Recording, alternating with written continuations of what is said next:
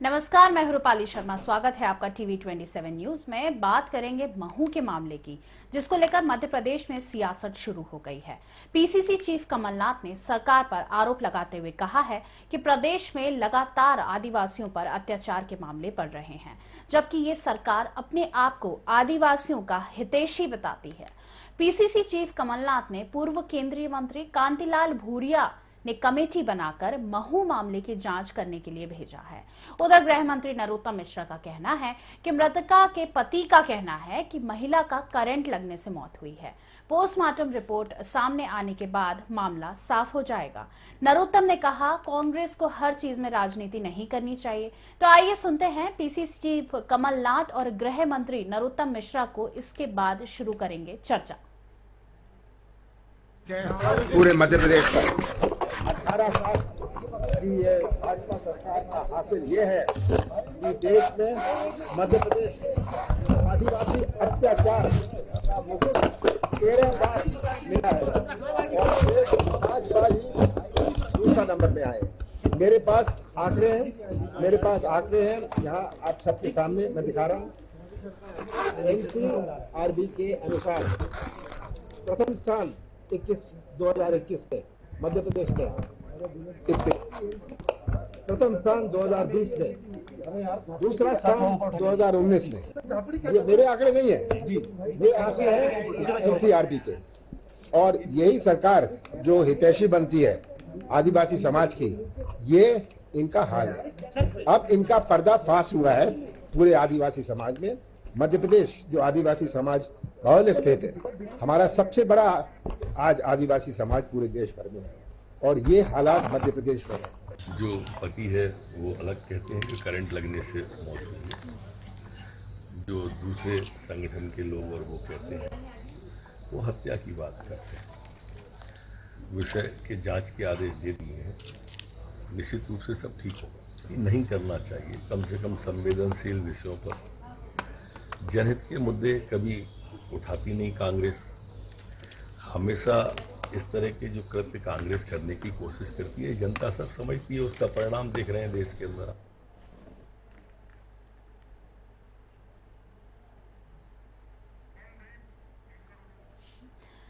आपको बता दें, मौत पर बवाल, सदन में सवाल। महू के मामले को लेकर यहां पर सियासत गरमाती हुई नजर आ रही है। कमलनाथ का अलग ट्वीट दिखाई पड़ रहा है तो नरोत्तम मिश्रा के अपने अलग सवाल और इस पर जवाब हैं। गृह मंत्री नरोत्तम मिश्रा ने पलटवार किया है कमलनाथ के कई सवालों पर। यहां पर कांग्रेस ने अपनी जांच कमेटी बनाई है और नरोत्तम मिश्रा का कहना कुछ और है। प्रशासन अपनी अलग कमेटी बना रहा है।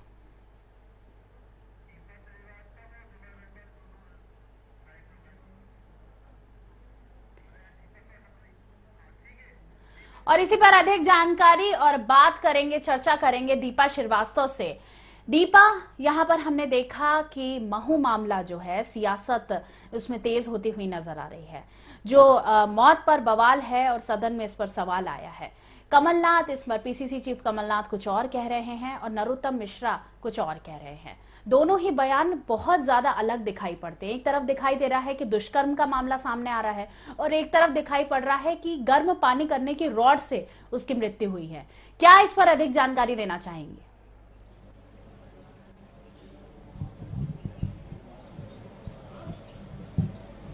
ये गर्माता हुआ नजर आया है। कह सकते हैं सियासी तूल लगातार ये और जहां पर देखिए, तौर पर अगर बात पूरे देश में कहीं मामला यानी महू का जो है ये गर्माता हुआ नजर आ रहा है। कह सकते हैं सियासी तूल लगातार ये मामला जो है पकड़ता हुआ नजर आ रहा है। एक और जहां पर लगातार विपक्ष जो है वो सत्ता पक्ष पर हमलावर हो रहा है। हमें देखने को मिला कि कहीं ना कहीं अगर बात की जाए तो कांग्रेस के जो विधायक है उन्होंने वॉकआउट जो है वो इस मामले को लेकर किया। इसके बाद लगातार आवाज उठाते हुए नजर आ रहे हैं। 1 करोड़ रुपए की मांग की गई है, यानी कि जो दोनों मृतक है उन दोनों को 1 करोड़ रुपए की राशि जो है वो दी जाए और इसी के साथ जो भी घायल है को भी उचित मुआवजा जो है वो मिलना चाहिए। इसी के साथ अगर बात की जाए आदिवासी विधायकों की तो साफ तौर पर उनका कहना है कि किस तरह से बात की जाए बीजेपी सरकार की तो वो केवल और केवल कह सकते हैं कि आदिवासी की जनहितैषी जो है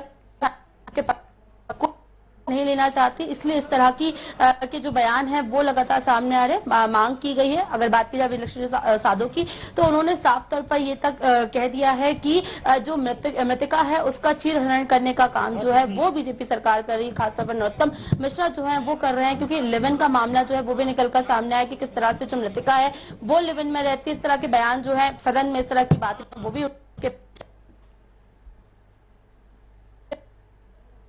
अब अगर बात की जाए तो बीजेपी के द्वारा, यानी अगर बात की जाए सरकार के द्वारा, जहां पर पहले 4 लाख रुपए मुआवजा देने की बात कहते हैं कि हंगामा काफी ज्यादा सदन में मचा, जिसके बाद अब 10 लाख रुपए मुआवजा जो है देने की बात जो है वो भी बीजेपी के द्वारा कर दी गई है। जी, तो देखा जाए तो जहां तक कि लिव इन रिलेशनशिप की बात है, उसके घर वालों का तो ऐसा कहना है कि उसके साथ सामूहिक दुष्कर्म हुआ है।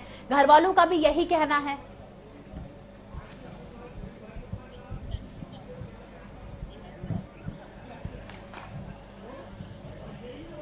दीपा जी, आप मुझे सुन पा रही हैं?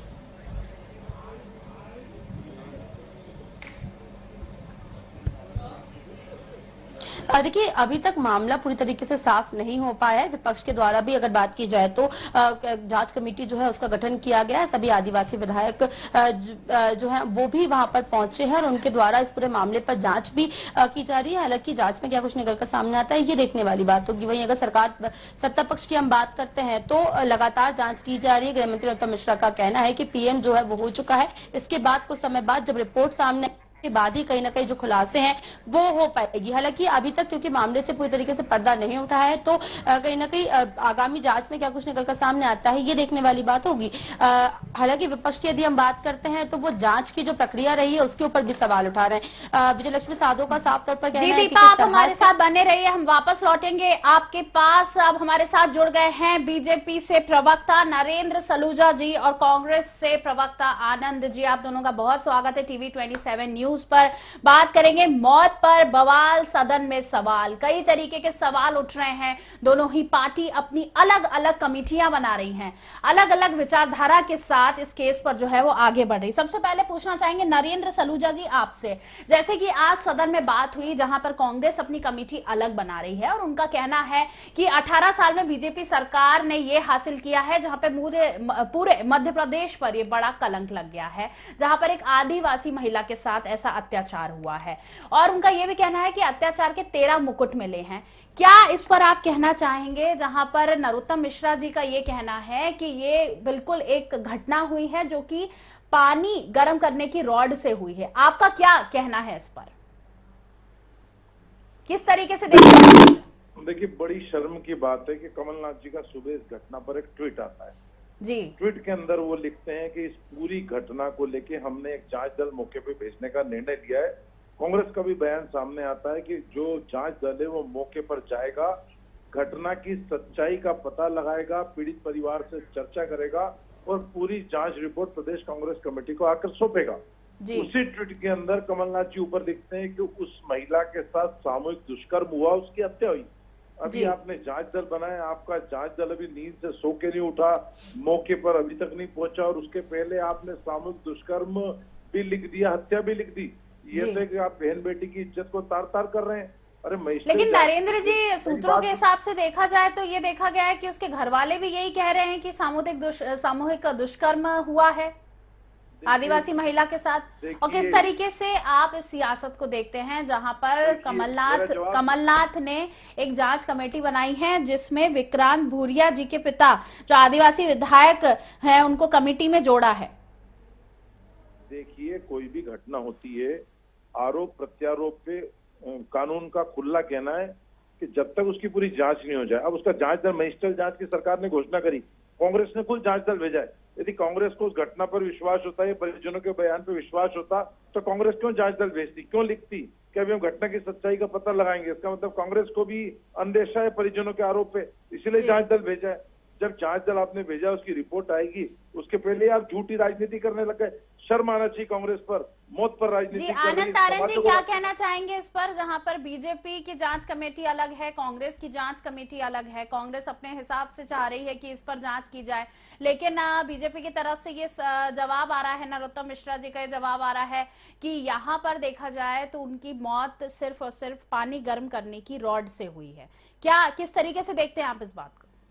देखिए, जिस तरह से आदिवासियों पर मध्य प्रदेश में लगातार अत्याचार हो रहे हैं और सरकार मौन है, तो निश्चित रूप से सोचनीय बात है ये कि सरकार मौन क्यों है। तो सरकार और लगातार कई वर्षों से मध्य प्रदेश जी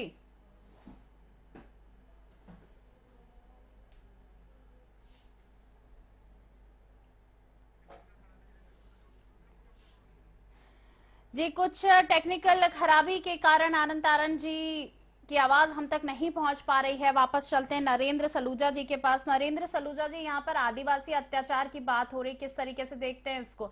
जैसे कि हमने आपसे पहले भी पूछा कि आदिवासी विधायक को जोड़ा जा रहा है इसमें। पुलिस की प्रारंभिक जांच में ये मामला सामने आया है कि पानी को गर्म करते समय रॉड से करंट लगने से युवती की मृत्यु हुई है, और यह बयान प्रत्यक्षदर्शियों ने, पड़ोसी ने दिए हैं, और उसके बाद उन्होंने जो युवक था पाटीदार, उसको फोन पर सूचना दी, जो मौके पर पहुंचा है। लेकिन परिजनों के आरोप पर पुलिस ने जो धारा, कड़ी से कड़ी धारा लगती, 302 से लेकर तमाम धाराएं लगा दी, आरोपी को गिरफ्तार भी कर लिया। सरकार ने मजिस्ट्रेट जांच के आदेश भी दे दिए। जो भेरूलाल, जिस व्यक्ति की मौत हुई, उसको 10 लाख रुपए की आर्थिक सहायता भी पहुंचा दी गई। मृतक को भी जो नियम के अंतर्गत सहायता थी वो पहुंचा दी गई।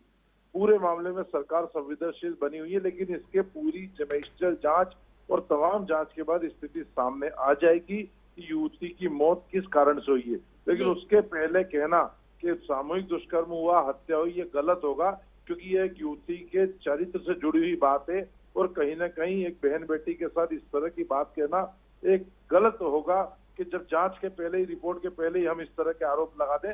राजनीति अपनी जगह, लेकिन राजनीति में हमें अपने स्तर को बनाए रखना होगा, इतना नहीं गिराना होगा। बिल्कुल। आनंद तारण जी हमारे साथ फिर से जुड़ गए हैं। बात करेंगे जहां परिजन का आरोप है कि दबंगों ने दुष्कर्म किया है, और इसके बाद काफी इसमें सियासत भी देखने को मिल रही है, और लोगों का भी गुस्साया हुआ चेहरा इसमें सामने आया है। जैसे हमने कि देखा कि सारे लोग इकट्ठे होकर पुलिस चौकी के सामने पहुंचे और वहां पर पथराव किया। इसको आप किस नजरिए से देखेंगे, आनंद तारण? आनंद तारण जी, मेरी आवाज आप तक पहुंच पा रही है?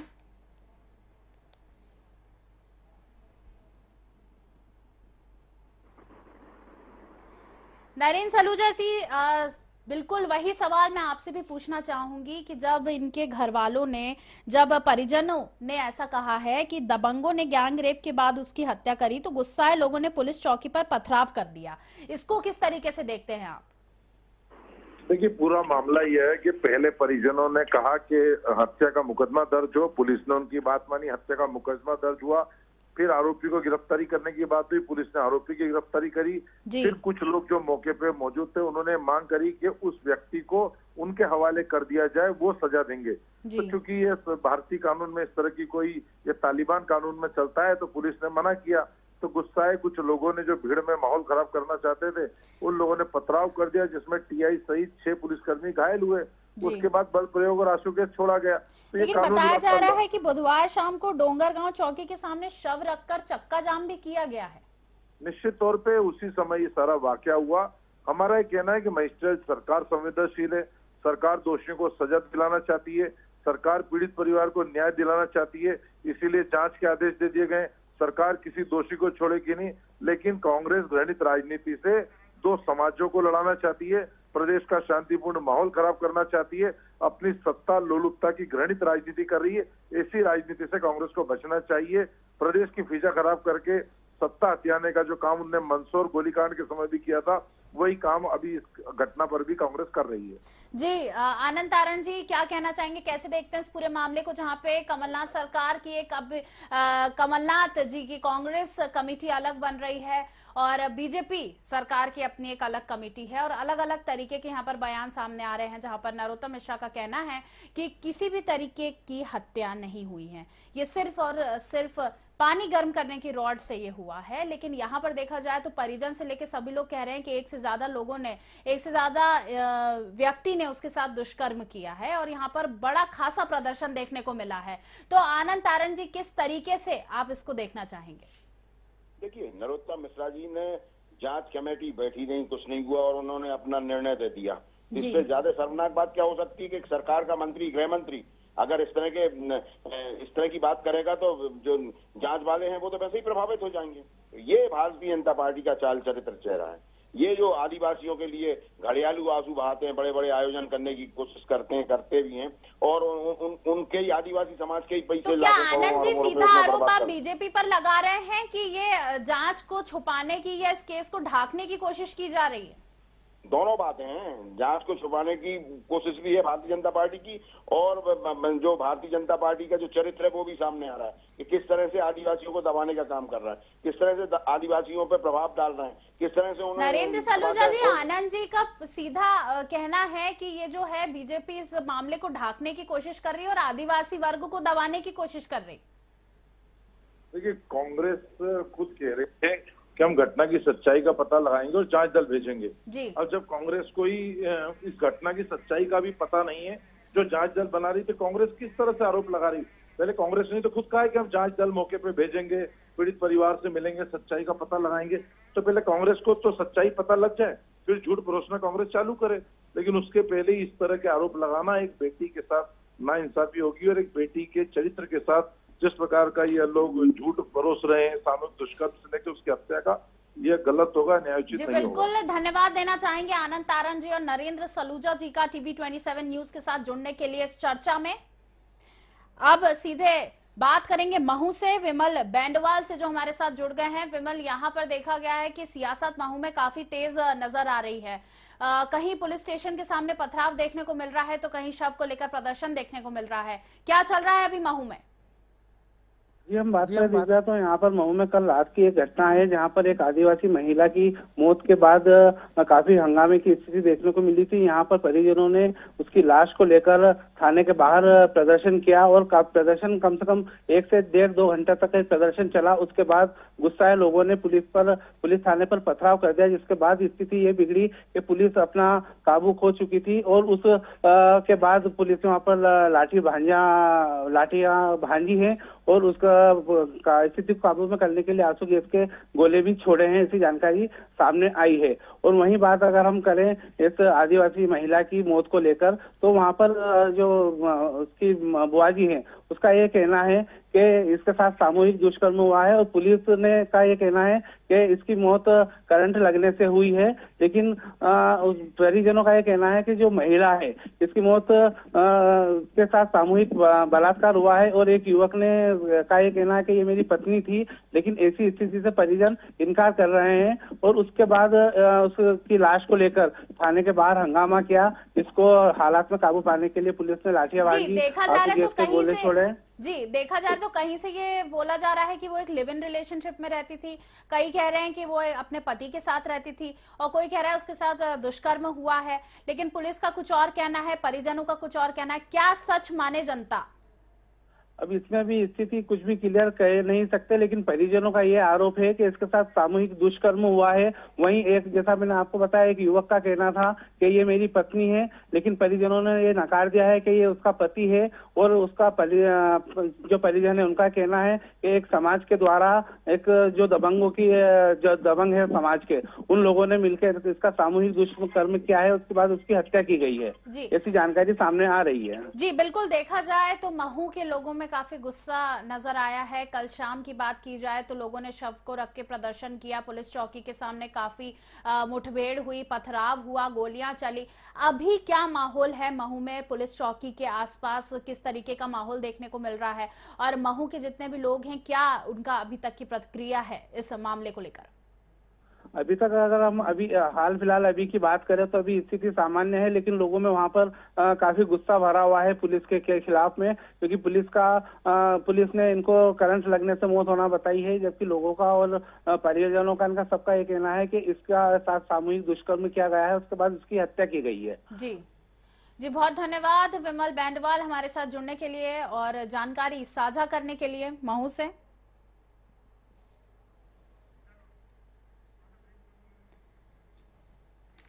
आपको बता दें आज सदन में भी इस पर काफी सवाल उठे। पूर्व सीएम कमलनाथ ने घटना पर पूरे मध्य प्रदेश को बड़ा कलंक भी बताया। चारों थानों क्षेत्र में सुरक्षा भी बढ़ाई गई है। आरोपी की मां बोल रही हैं कि 1.5 साल से उसका प्रेम प्रसंग था। हत्या के आरोपी की मां राधाबाई ने बातचीत में कहा है कि मेरा बेटा सच ही बोलेगा, झूठ बोलेगा तो वो मर जाएगा। इस तरीके की कई बातें सामने आ रही हैं जहां पर सियासत तेज होती हुई नजर आई। यहां पर पीसीसी चीफ कमलनाथ का कुछ और कहना है तो बीजेपी सरकार की तरफ से कुछ और जवाब आ रहे हैं। अब देखना यह है कि क्या इस आदिवासी महिला की हत्या के बाद उसे इंसाफ मिलेगा। देखते रहिए TV 27 न्यूज। धन्यवाद।